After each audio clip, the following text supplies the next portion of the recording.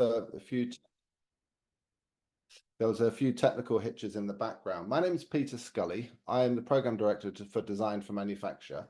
And we're here today to talk about three 15-month programs that are running within the UCL Bartlett School of Architecture. One of the things that binds these programs together is that they were all started and initiated in the same at the same time in about 2016, when we all started first thinking about them. They're all new programs as of 2016, and a key bit about them is that they are all 15 months long. Now that's a strategically important part, in so much that they have 3 months of a handover from one cohort to another, and by doing that we allow projects to continue and to grow year on year. And it's a really unique part of the three programs that we're going to have a look at today. Sorry, I'm just turning things that have been off. The other thing that is important to understand about these programs is that they're all based at UCL here East. And I'm just going to show my screen and give you an introduction, a bit of a view about what UCL here East is. Bear with me a second.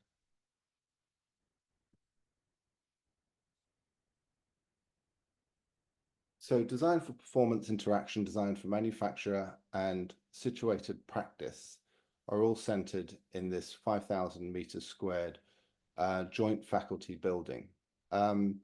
What's unique about this site is that we're there with two faculties, and that's unique at UCL. So the two faculties are the Bartlett Faculty of the Built Environment and the Faculty of Engineering Science. So within our community, we're not only working cross-disciplinary and collaboratively within the realm of architecture, we're also working closely with civil environmental and geomatic engineering, computer science, Institute for Sustainable Heritage, the Institute for Environmental Design and Engineering, and the Bartlett School of Sustainable Construction. So what this building really promised, when we first started thinking about it in 2015, was that this new space was going to allow architecture and interaction and situated practice to investigate the disciplines at the one-to-one scale. So we can work at scale, we can think at scale, we can theorize at scale. And so we've got about 1,000 or maybe 1,500 meters squared of studio space, and then about 2,000 meters squared of large scale research laboratories. Okay, so research laboratories is a very wide definition. We're able to make things at one-to-one scale. We're able to test things at one-to-one scale, to explore the affordances of what large-scale design thinking can give us. And we're very much interested in, designing with the affordances of the technologies that are available to us. And whilst there are the obligatory robots and CNCs and 3D printing machines in this space, they're only a very small part of the thinking and the work that goes on in this space. We're also very lucky to have colleagues within computer science and engineering and sustainable heritage that is going to enable us to think with the technology and the eyes and the theories of other disciplines. It enables us to discuss and discover our own ideas and our own agendas through the eyes of others. And just bear with me while I change some screens around. So I'm just going to share with you and talk about design for manufacture. So that's my program. Again, it's one of the three programs we're going to be talking about today. So it's 15 months long, and it really is a program that is populated from a very diverse range of student backgrounds. So we have students, obviously, that have come from an architecture background, but we also have students that come from maybe economics or civil engineering. We've had artists and we've had chemical process engineers within our program. So we're very much looking for talent wherever it may come from. Design for manufacture as a discipline has pretty much evolved since, since the Industrial Revolution of the late 18th century. And it really began to be a thing, very much in manufacturing, so clothes manufacturing, fabric manufacturing, and then later on in the 19th and 20th centuries, it turned into much more about automotive and transport. But what it really seeks to do, it really seeks for the creation of value within design stages through using manufacturing knowledge. Now, our program is populated, like most programs at UCL, especially in the Bartlett, with a diverse background of academics and people with industry background. It's critical within design for manufacture that we aren't just sort of talking and thinking and acting within an academic bubble, that we're actually bringing ideas from real world constraints and real world problems. We're actually bringing that into the fold and into the discussion that we have within design for manufacture. And we're very lucky to have, this is a snapshot of a few of the people that are in the program that are teaching on that, but there's a good range of people in industrial backgrounds and academic backgrounds that deliver the program. The program is structured over 180 credits. So we deliver modules in terms 1, 2, 3, and 4, with term 4 being the overlap, the 3-month overlap. And to put it broadly and possibly crudely, in term 1, we're acquiring knowledge. We're getting everyone up to the same standard of knowledge for us to be able to have that DFM design for manufacture conversation. So we look at the acquisition of knowledge, and that's going to be sort of Grasshopper skills and Fusion 360 skills, all these software skills that are going to enable us throughout the program to be able to explore the ideas, materials, and technologies that make up design for manufacture. But we don't explore those skills in a kind of entirely technological landscape. We also think about them within contextual theory, within the context of theory. And we're also looking at testing those initial ideas about design through introductory design workshops. So term 1, very much about the acquisition of knowledge. Term 2 is when we begin to apply that knowledge. How are we able to design or to create value through using that knowledge? So using our knowledge of materials, using our knowledge of technologies, and applying it within a context. Many of our students apply the context of the environmental crises that we're going through at the moment. They may also look at housing problems or infrastructure problems. But wherever they want to place their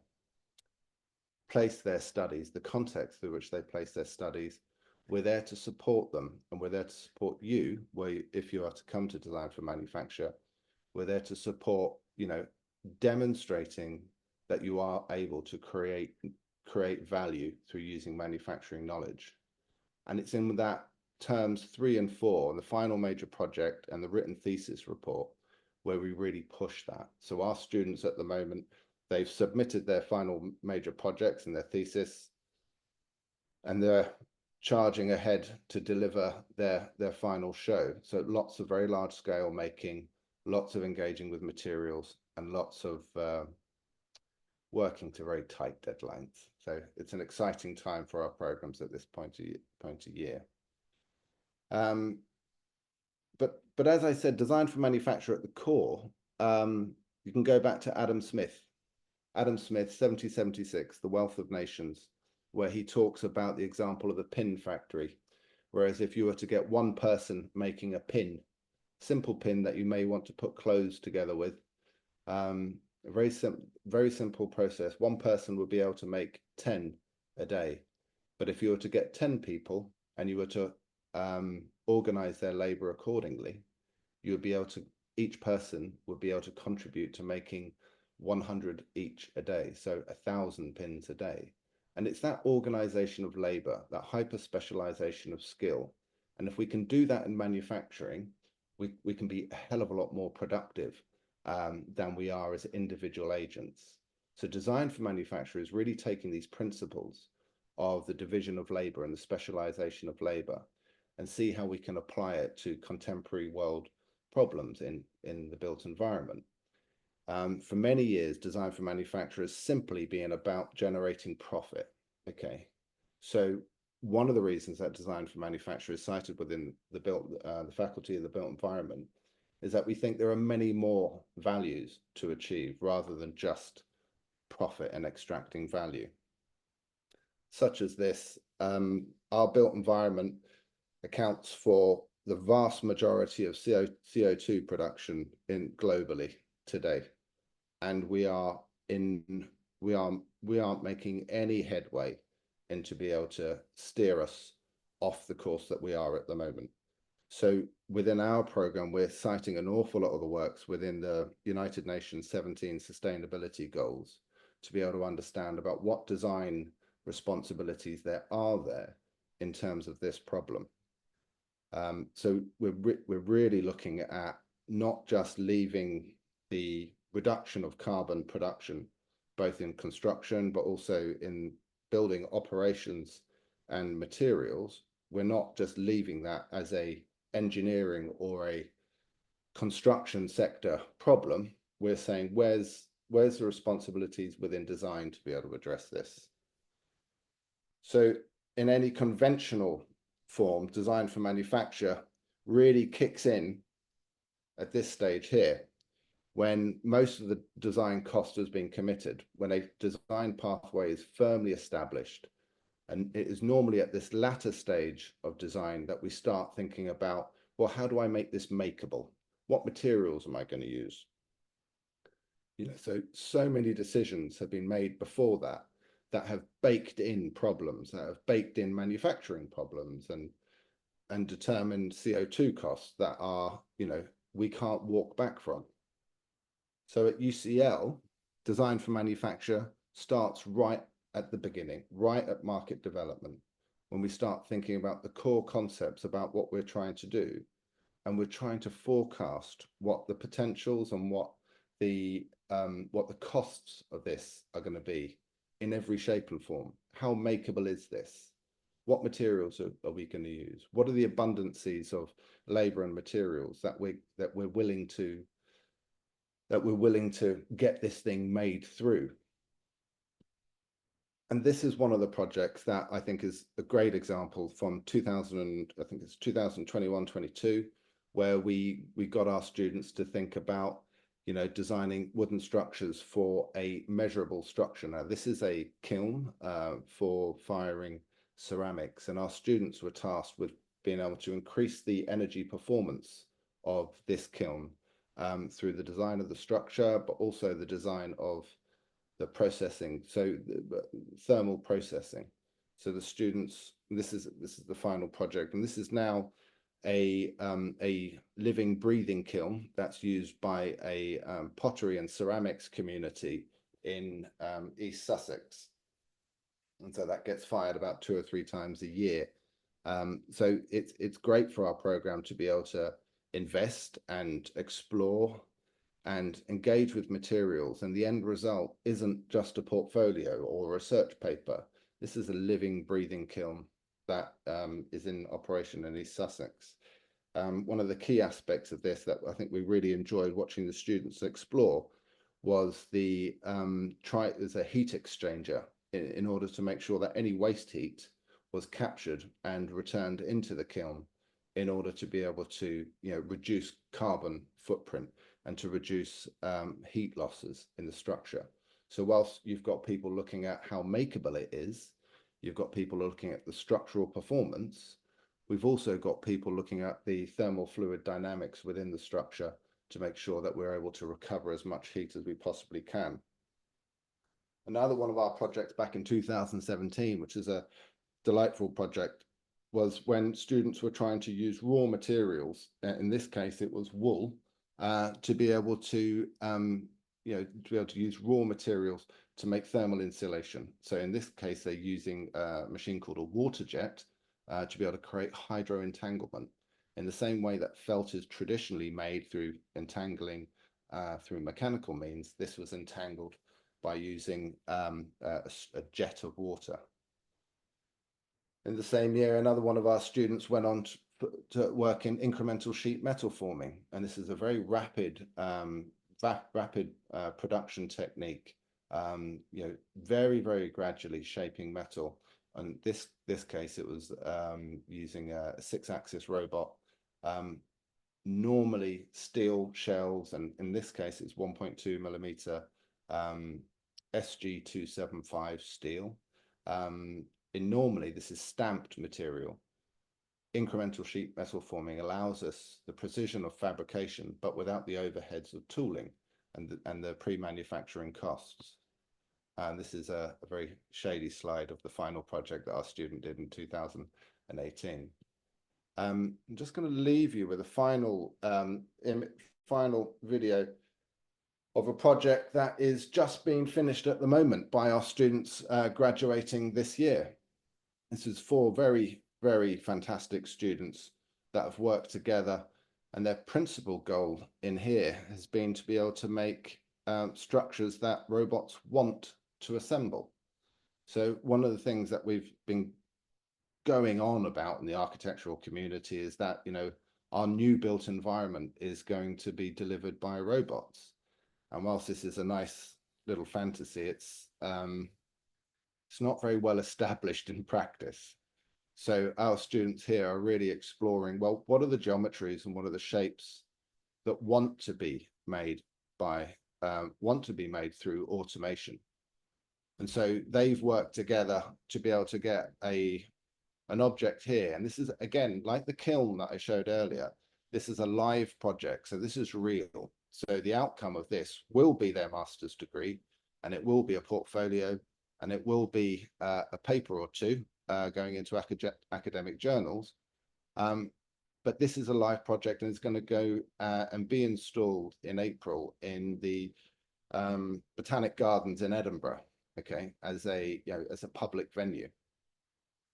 So they've worked to be able to design joints that like to be assembled in the robotic environment. And one of the things that I think is really exciting about what they've done here is that they've allowed design to be completed at very late stages of any production agenda. Okay, so I'm gonna wrap things up there. I'm gonna stop sharing my screen. And this is me. Then I'm going to hand over to my colleagues in Design for Performance Interaction. I think, Jess, you're up next, are you? And if there's any questions whilst we're getting into a position to present here, if there's any questions that you have, can you please drop them into the Q&A facility in this call, and then we'll start processing them towards the end. Okay, Jess, over to you. Thank you, Peter. Let me just do the share screen thing. Okay, I'm assuming everyone can hear me. Thank you very much, Peter, for the chairing and for obviously telling us about DFM. We are DFPI, Design for Performance and Interaction. And as Peter said, we are a 15-month program. We're going to share a little bit today. It'll be myself and Fiona. We are the co-program directors. And in addition to that, Fiona is the theory coordinator, and I'm the coordinator for the design modules. We also have with us online a current student, Natsume, who will be answering any questions from the student's perspective. Thank you, Natsume, for your time. So as you know, we are part of the Bartlett and the Bartlett School of Architecture. The Bartlett is across several campuses. The Bloomsbury campus is the sort of the central campus where the accredited programs are taught from, and it's closest to the sort of the home base of the original campus. So this is Gordon Street. This is our building for the accredited programs. But as Peter mentioned, UCL is gradually expanding out east, and so now there are several sites across the east, and we are at Here East, and this is in, well, specifically our building. It's a happy coincidence that the B from the Here East is also the Bartlett. So we can't take credit for that, although we would like to. Um, so Design for Performance and Interaction is a program that is obviously a university program, but we are a program that likes to work in the real world as much as possible, and both in terms of the way that our students are informed about how they might produce their work, but also actual experience in presenting the work out to the world. And we try and encourage our students to in their own way, present their work, but also we try and give them as many sort of more organized opportunities to do this. And this has taken in primarily in the form of exhibitions and not just in London, but also internationally as well. So this is just some footage from a work in progress show that we did a number of years ago at the Tate Britain. But of course, it's a program that's grounded in context.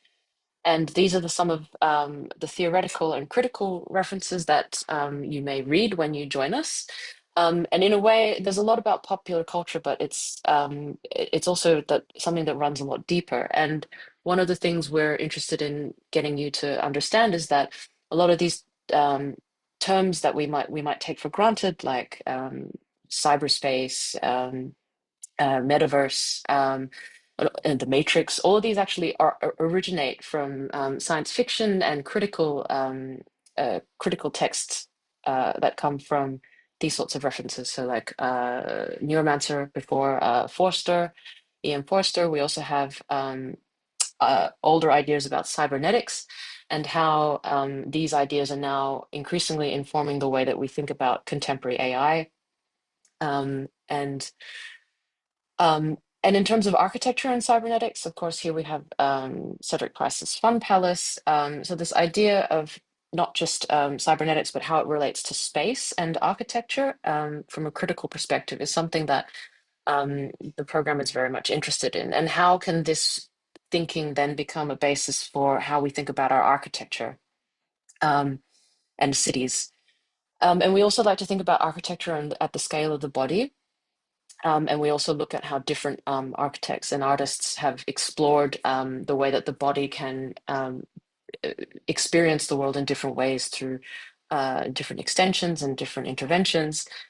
Diller and Scafidio, of course, and of course the work of the Bauhaus and more contemporary interpretations of the work that was pioneered at the Bauhaus.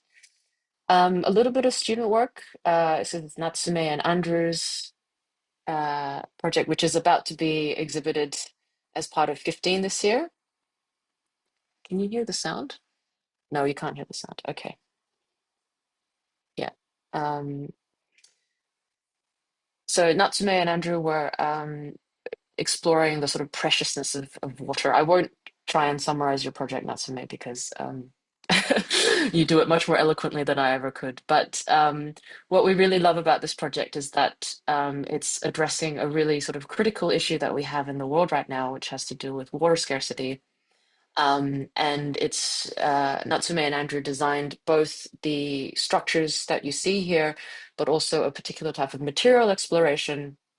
And then they also choreographed and performed and documented a live performance, which, as we all know, it takes quite a bit of effort to actually bring these performances out into the real world. So this is one of the things that we really love about this project. It's very complete. And next slide. This is a really sweet project from a few years ago, which is addressing popular culture, specifically fandom culture in Chinese pop music, and being quite critical of it. I'll just skip ahead to some of this bit here. Sort of talking about the sort of obsessions that come with it, and then the social problems that may emerge as a result of living in this life. This is one of the year projects from the very first year, actually. Eileen, very much interested in the body and how translating its motion, the movement of the body into virtual space, and how this is augmented both through um, the visual experience with what the dancer is seeing in the headset, but also the physical imbalancing that that the dancer's body experiences through the weights that are shifting inside the wearable that she's wearing. Um,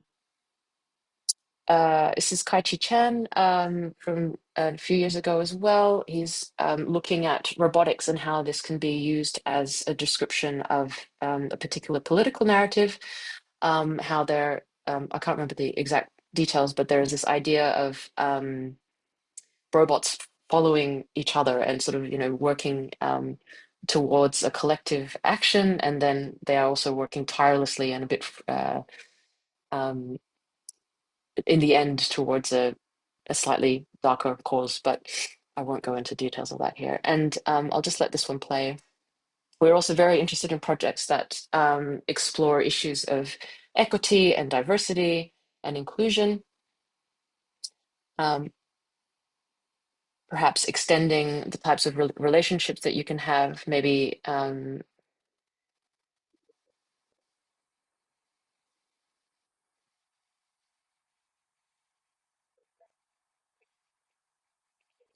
you can't hear the sound. No, okay. So just to quickly wrap up the people on the program, as I mentioned, it's Fiona and myself, and then we have a whole range of, the program is sort of structured across three different streams, design and technology and theory. These are some of the design tutors and the technology tutors, and the theory tutors. I'm sorry, theory and technology tutors. This is the structure of the program. So across the 15 months for design, for example, there are 3 separate modules. There are 2 modules for theory and then 1 for skills. And one of the things that we like to keep at the foreground of people's thinking is that the design and thesis run parallel for the beginning of term 3. So we really like students to have what they are writing about really inform their design, and what they're designing and creating actually inform their writing as a reflective work as well. We do lots of different types of workshops. There could be, I can't remember exactly this one, but we do movement workshops. We have Alex in his choreographic studio coming in. I talked about this before, but we do lots of exhibition opportunities. They vary each year. We also go on field trips. They can vary from year to year. Sometimes they're more about a city, and then other times they are more about a meditative, reflective one. And I'd like to just finish on a quote from Donna Haraway, who says that technology is not neutral. We're inside of what we make, and it's inside of us. We're living in a world of connections, and it matters which ones get made and unmade. Thank you. Brilliant. Thanks, Jess. That was amazing. That was really nice. I didn't finish with such an elegant quote. Holly, situated practice.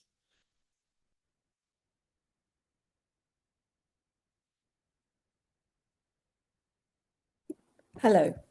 Hi. I'm just going to try and share my screen.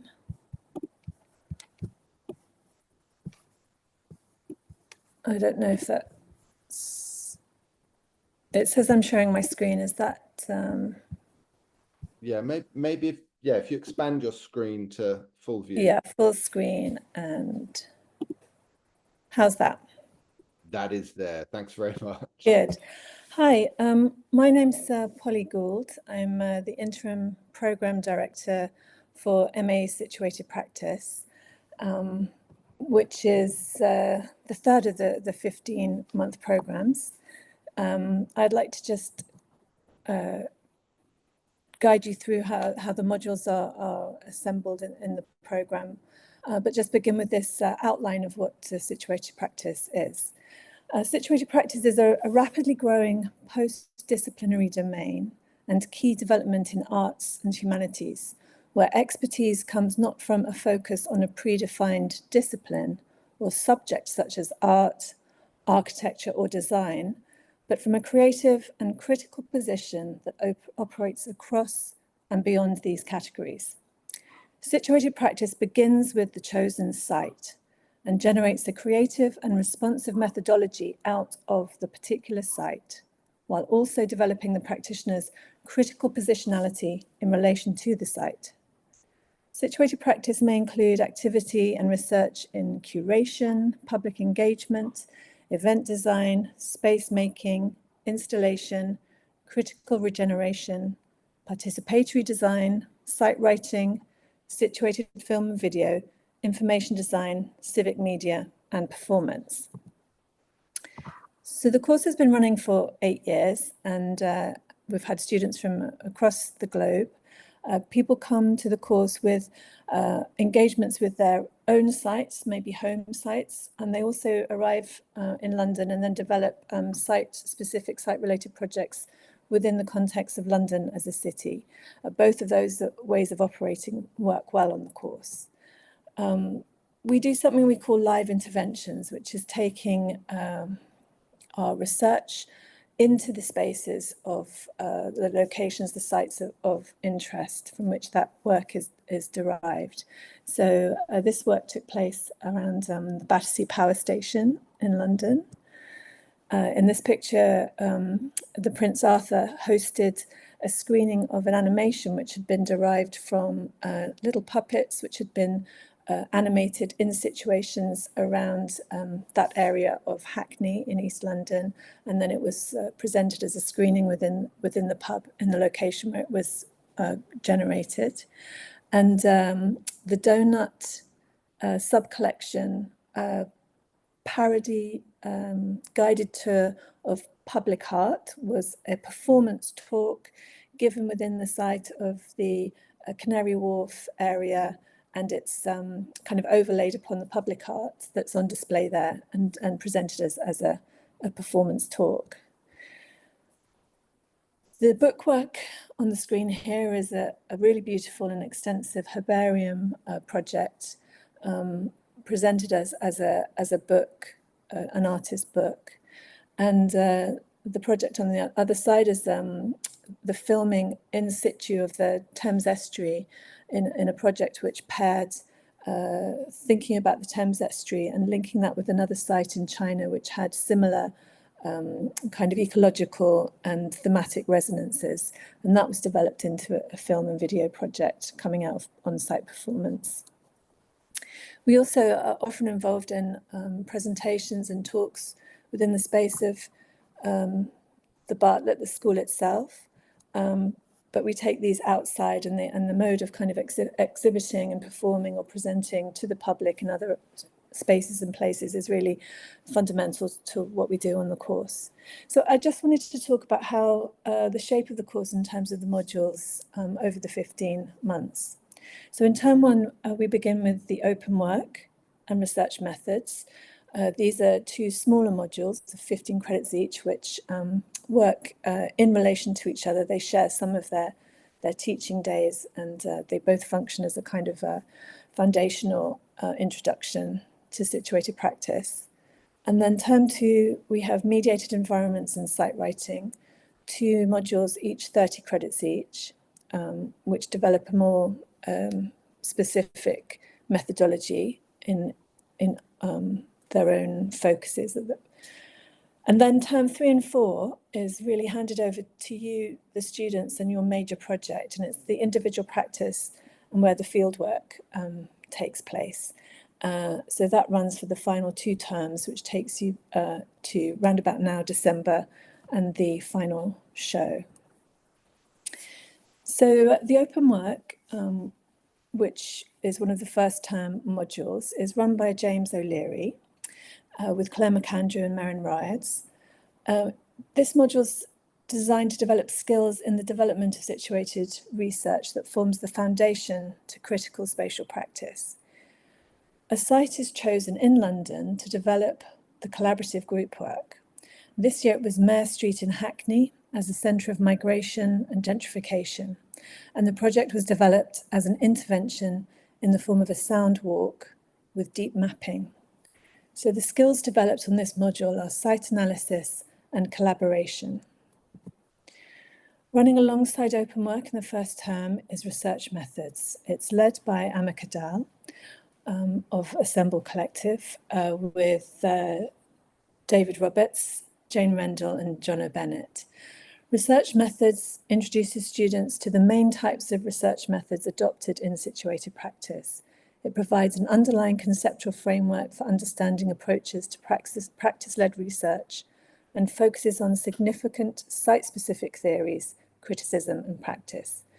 For the purpose of this module, these methods are broken down into 4 areas: making, performance, curating, and documentation. So at the end of those 2 introductory modules, the idea is that you would have an overview of the range of creative practices that you can use to develop your research, an understanding of the key historical, cultural, and social context from which these methods come, and a feeling for the relationship between theory and practice, critical and propositional thinking, process, and outcome. Then that takes us into the spring term and the mediated environments module, which is led by Henrietta Williams and in collaboration with Moraine Royards. Mediated environments addresses the intersection of media theory, contemporary technology, and architectural practice. Students develop a process of making a sound broadcast and a film essay. Skills in sound recording, field recordings, multi-track audio editing and podcasting, film essays and video recording, narrative development, script writing, and scoring are all developed.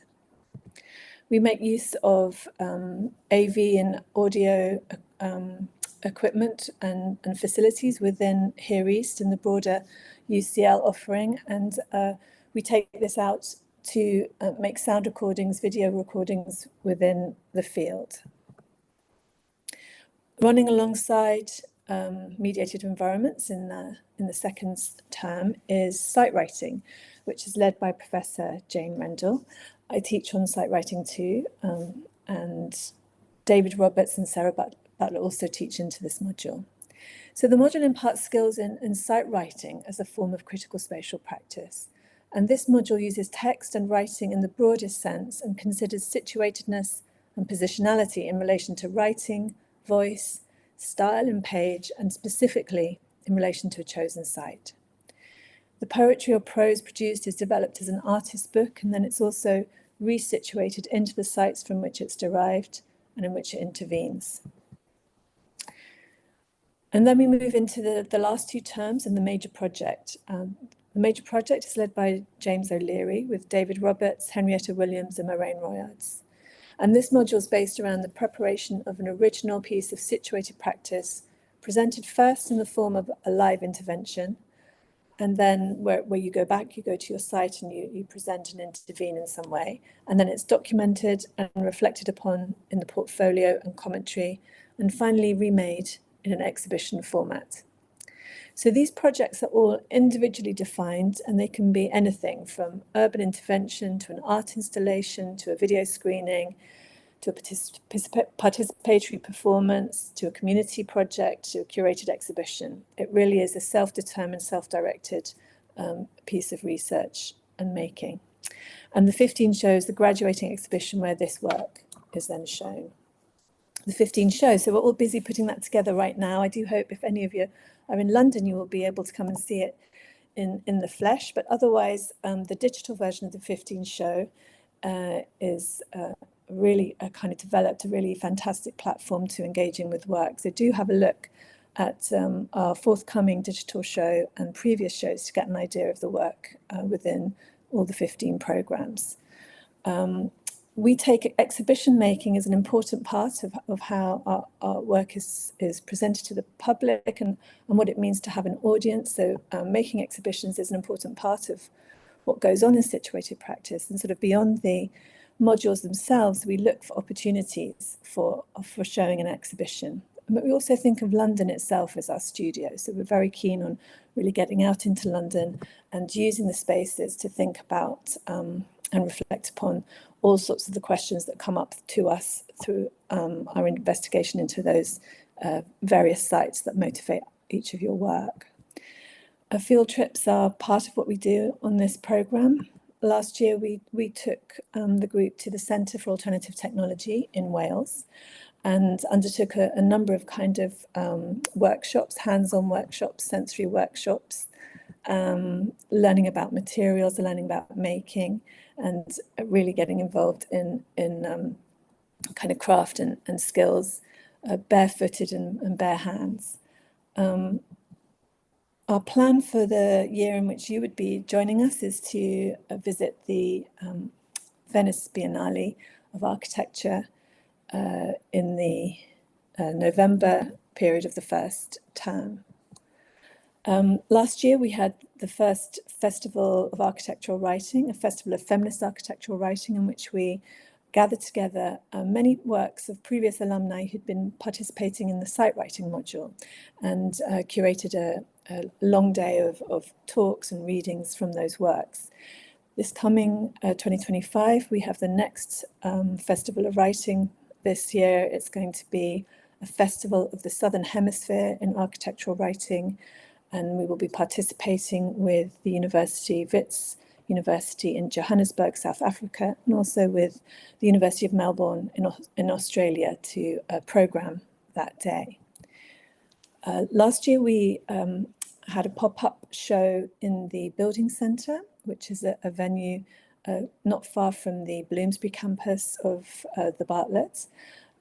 We took over the window gallery and presented site writing, arranging the archive, works that came out of the site writing module. And the coming year, 2025, we have another exhibition there. It's titled Being There, Situated Practice in Art and Architecture, in which we profile work of previous and current alumni of the programme. So I hope you'll look out for that and maybe come and visit us there too. Developing skills and practices around exhibition and curation is something that we take every opportunity to engage with.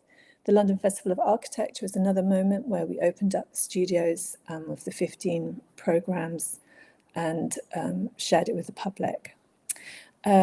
We have access to fantastic workshop facilities at UCL. The Be Made Bartlett Manufacturing Design Exchange is our in-house Bartlett workshop facility, but we also have a UCL-wide access to the Institute of Making, 2 venues at Bloomsbury and also UCL East, where you can get skills and support in developing your making projects. So I do hope you'll ask any questions if you have them, and I look forward to maybe having some of you join us and becoming part of Situated Practice in the following year. Thanks very much. Brilliant. Thanks, Polly. Okay. So if we Stop sharing. our screens, yeah. So we've got a few questions open at the moment. There was one question right at the beginning, which Fiona, you've answered expertly. But it's really about what are the career prospects for these programs. And I remember back in 2014 and 15, when these programs were first being discussed, there was a lot of talk about design for, with the idea that, great architecture or the sorts of architecture that we needed today was never going to be an inevitable consequence, within the circumstances that we find ourselves in. So it seems to me that many of our students take on these programs to complement an existing pathway that they have, whether they want to move into, instead of designing the artifact, designing the interaction itself, with that being the priority. I know it's a key bit for design for manufacture, but is there anything that you would say about, what generally design for programs, what are the career prospects for these programs? Me? Yeah, you, Fiona. Sorry for the long preamble. That's okay. I mean, I think I'll just to add to that, to kind of also affirm what you've said. I think we do often have students that come from a certain background, but there's always a kind of a something else. And I'm not going to ask her to speak, but I can point to Natsume in this, who has a background in architecture, but there was always other interests there as well. And so I think that this is one of the reasons that people do come to these programs and kind of saying it's what I'm already doing. I would like to either add to that or possibly explore something more kind of narrow within that. And it could be either of these. What students go on to do, or then at that point, then graduates go on to do after they've graduated, that is really, really broad, actually. Some people do go back into their professions that they've come out of, but with kind of expanded and new skill sets or more expertise in something that could be regarded as kind of niche, where they're also carving out a space for themselves and others in this. Some people do go on to do jobs where I always feel a bit silly saying it, but it's the kind of the proverbial job that you make for yourself because it just doesn't exist yet, but then it does. It starts existing because you've started exploring something on this program, and that doesn't all have to sit in the kind of the realm of I am now going to be an individual artist working on my own practice, but that you're actually bringing to other industry things that previously weren't really there or weren't being addressed. So these are, I realize it's kind of an abstract answer, but I do think that one of the things that all three programs share in common is that we're not necessarily educating people for specific jobs. I'm kind of saying you do this and then you're going to have that job, but that we're actually having people graduate with that are kind of versatile, they're agile, they're able to adapt, they're able to kind of bring critical thinking, creative practice, lots of different things into existing fields and expand them, and also evolve these fields in a kind of a highly evolving landscape that in some way are all spatial. I want to stay away from just architectural because it's a spatial endeavor, and that can be many different forms of space, from the physical to the virtual to the abstract. So I don't know if that helps, but I kind of feel it does. And I just maybe Polly, I mean, just within situated practice, you know,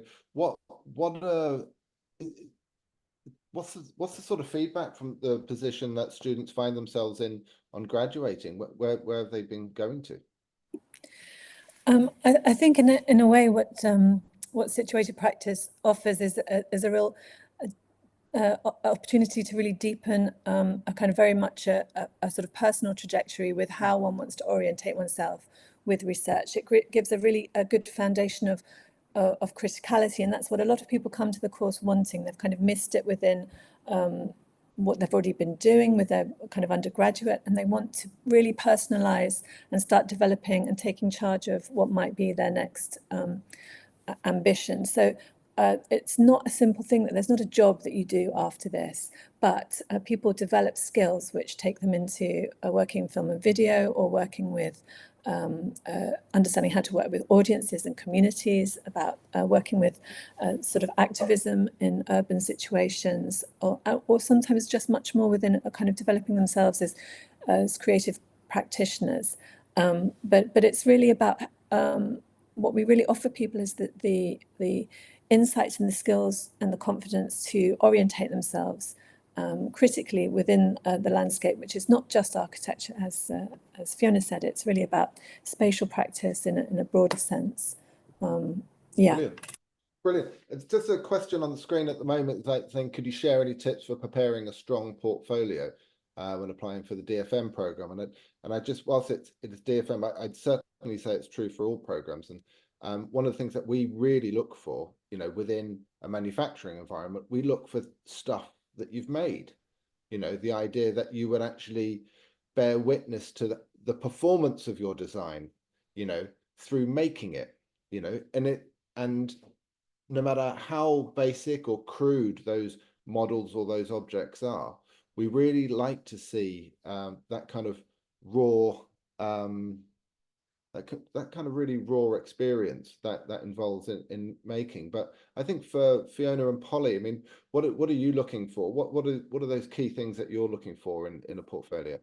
I think it'd be quite similar in that we want to see what you've made, but what you've done also. You know, I mean, if we get people who say don't have a background in in practice like architecture or like fine art, they go, well, but maybe I've done dance work. Do you have any documentation of work that you've done there? And sometimes it can also be something that you make specifically for the portfolio. It doesn't have to be, as Peter says, completely polished. We want to see yourself in that work. You want to see what you're interested in. We want to see, genuine interest, and we want you to also be able to express this in an application letter to tell us why would you like to do this here? How can we help you in terms of what we might bring to the table? How does that help you on your journey? So yeah, it's just show us the kind of work that you've done so far, but then also importantly, what do you want to get out of joining a program like DFPI? And I think that probably is something that we all share in common. So it doesn't have to be the completely professional thing. We said, look, I've done all of these amazing things, because we go, well, we want to know who you are, basically. Yeah. I'd agree with that completely. It's having a sense of knowing who you are, and a good sense that you've actually fully informed yourself of what the course does and what it doesn't do, because it's not very helpful to feel like you might be talking at cross purposes. So make yourself really aware of what the course is that you're applying to, what it can support, and what you're trying to get out of it, as Fiona said, and a sense of your own curiosity, your own enthusiasm, your motivations, which might be beyond what might already exist within your academic CV. That's what is exciting to encounter, and that's what when we do interviews, then we can see how and if a student is really going to benefit from being on our course, and if we can really give them what they need, that's how we can really make that kind of judgment, and sort of enthusiastically kind of go forward with an application. Brilliant. I think I'm just generally thinking, going back to the initial discussions about these programs, is that they were all imagined because there were certain things happening in society and markets and architecture and construction that we weren't very happy with as a school. We were seeing so much of the built environment being delivered far more by the commercial problems in construction than by design. And so that's a very design for manufacture lens there. But the three programs were evolved and thought about in response to societal, market, and economic failings that we saw. And a lot of us think that design is has a really important role to play in addressing that. So that's just a general summing up of why these programs are here. We've got, I'm just answering another last question online, but I think, again, for design for manufacture, the experiences that are helpful are really making. It's really about getting engaged with materials and testing out design through in that made lens. So I don't think we've got any more questions now, and we're running up to our time. So I think we're gonna. Oh, there's one more question. Does one need to have some basic knowledge or computing for design, etc., before joining DFPI, or is it included in the skills taught? Over to you, DFPI. I think the mic's off there, or I can't hear.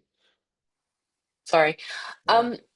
Skills are taught. So we do assume zero technical knowledge, but the reality, of course, is that if our applicants come from architecture school or from a different background, they usually do have quite a lot of skills already. But then we are trying to focus on how those skills could be sort of re-honed for the DFPI program. Yes, so there are lots of different computing and design and technology skills that we offer. But yes, if you do already have those skills, then they are welcome as well. Yeah, that's very much true for all the programs. That term one is about skilling up. It's a really important part. Just getting everyone to a sort of reasonable level of skill and technical fluency, so that we can engage with the core concepts of the three programs. So on that note, Natsume, how did you, just very quickly from a student perspective, how did you find that initial skilling up experience? Yeah, I came in with like some like obviously Rhino experience from architecture, but like didn't have any coding experience whatsoever. And like though that didn't really translate into the final project, there was definitely parts of our design project where we ended up using coding. So I got to a level where it was used in a project. So I think, yeah, I would say the skills courses really helped you get there. Great. that's good to hear. Okay, listen, it's been lovely presenting to you. Thank you for your questions. And yeah, just a big goodbye from us.